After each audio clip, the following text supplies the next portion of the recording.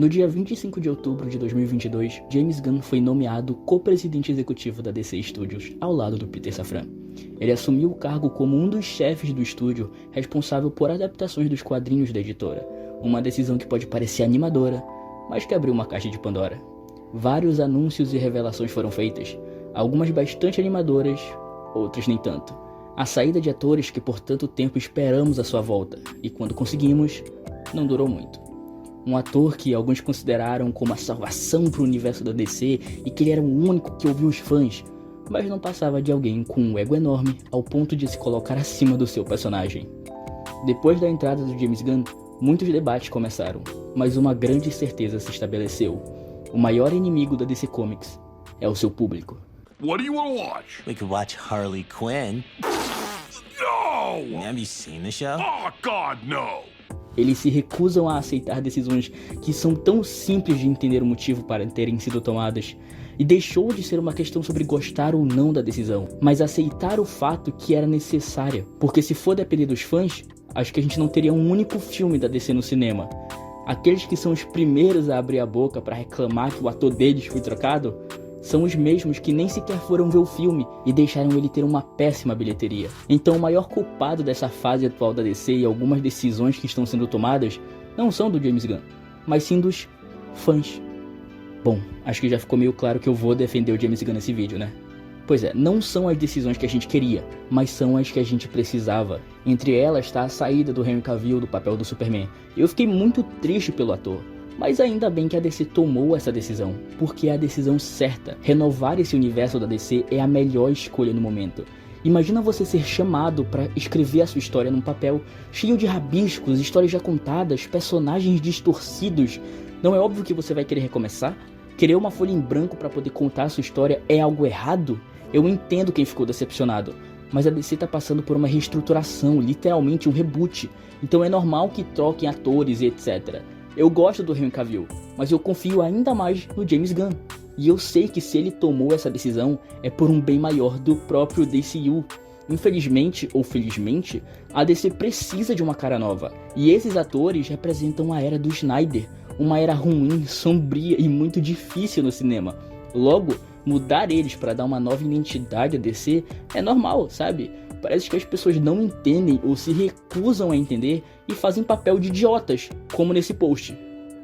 Primeiro que ele já começa equivocado a usar bilheteria como sinônimo de qualidade. Segundo essa lógica, dá o Oscar para Capitã Marvel então. E segundo, Esquadrão Suicida saiu pouco tempo depois que as vacinas começaram a sair. Então nesse tempo muita gente ainda não queria ir no cinema. E muita gente ainda nem tinha sido vacinada, sabe? Ainda tinha muita gente morrendo por conta da doença. Então, para complementar, o filme saiu ao mesmo tempo no HBO Max e com metade dos cinemas fechados. E a gente ainda precisa colocar nessa conta que o filme não foi lançado na China. E a gente sabe como isso faz diferença na bilheteria de um filme. Mas é inegável as milhões de críticas positivas que esse filme recebeu. Tanto Esquadrão Suicida como Pacificador foram aclamados pela crítica e pelos fãs da DC, enquanto Superman, um dos maiores heróis, não fez nem 1 bilhão esperado pelo estúdio. Adão Negro deu prejuízo, não é sobre apenas arrecadar uma bilheteria alta, mas também sobre o custo dele. E metade dos filmes dos últimos 5 anos quase não se pagaram, então isso é normal. É o que o filme gera de lucro e o quanto ele vai bem em críticas que determina o sucesso. Um filme bem avaliado indiretamente sobre o nome da marca aumenta o valor das ações da Warner, assim como o contrário, coisa que não aconteceu com Adão Negro, mas sim com Esquadrão Suicida. Então sim, os fãs têm culpa nisso tudo, porque quando o The Rock comprou essa briga dos fãs, ninguém foi ao cinema assistir o filme do Black Adam, contribuindo com a bilheteria para mostrar para Warner que era aquilo que a gente queria. O filme foi muito mal em bilheteria. Não adianta fazer a vontade dos fãs se os mesmos não vão prestigiar a obra. O filme foi uma bomba, deu prejuízo e uma dor de cabeça para DC. A maioria das pessoas que estão reclamando agora são fãs de diretor e ator, não dos personagens.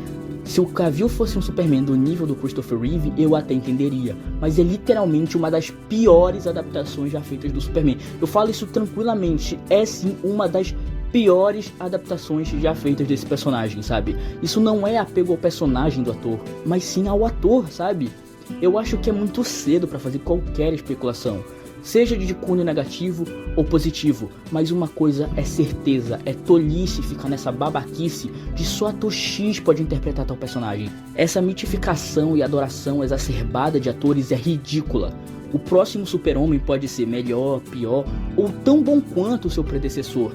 Isso vai caber a cada um julgar quando ver o trabalho. Até lá é puro achismo de qualquer lado, mas é fato que o James Gunn tem um plano de 10 anos para DC. Mas como fazer um plano de 10 anos, sendo que a Mulher Maravilha tem 38 anos de idade?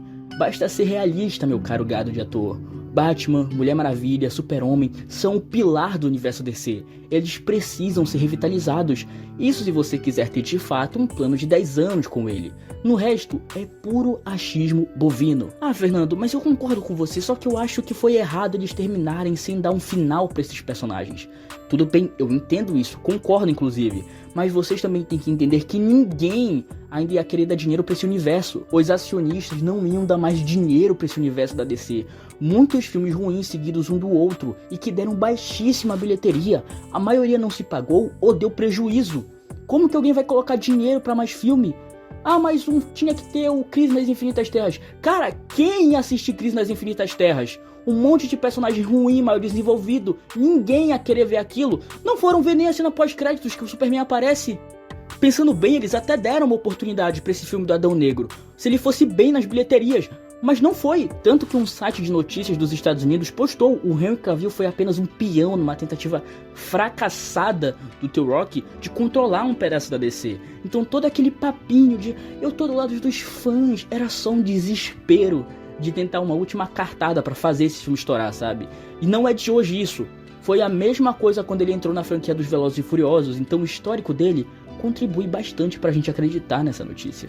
Não só isso, mas também notícias mostram que ele recusou fazer participações no filme do Shazam e do Flash. Então, pelo visto, o The Rock esqueceu que o Adão Negro é um inimigo do Shazam e não do Superman. Simplesmente ele colocou o ego dele acima do personagem e queria que da noite pro dia ele se tornasse algo do nível da Trindade.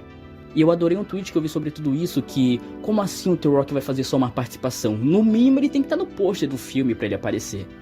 Essa desconfiança em cima do James Gunn não faz sentido nenhum, não é qualquer diretor. E quem resume ele apenas a Guardiões da Galáxia e Esquadrão Suicida conhece muito pouco sobre o trabalho dele. E mesmo que fosse só isso, não é como se fossem trabalhos ruins, muito pelo contrário. Ele pegou personagens que ninguém ligava, pegou franquias que estavam no lixo e tornou simplesmente uma das maiores franquias, um dos maiores grupos, simplesmente uma das, ou se não a melhor série de super-herói que a gente teve em 2022.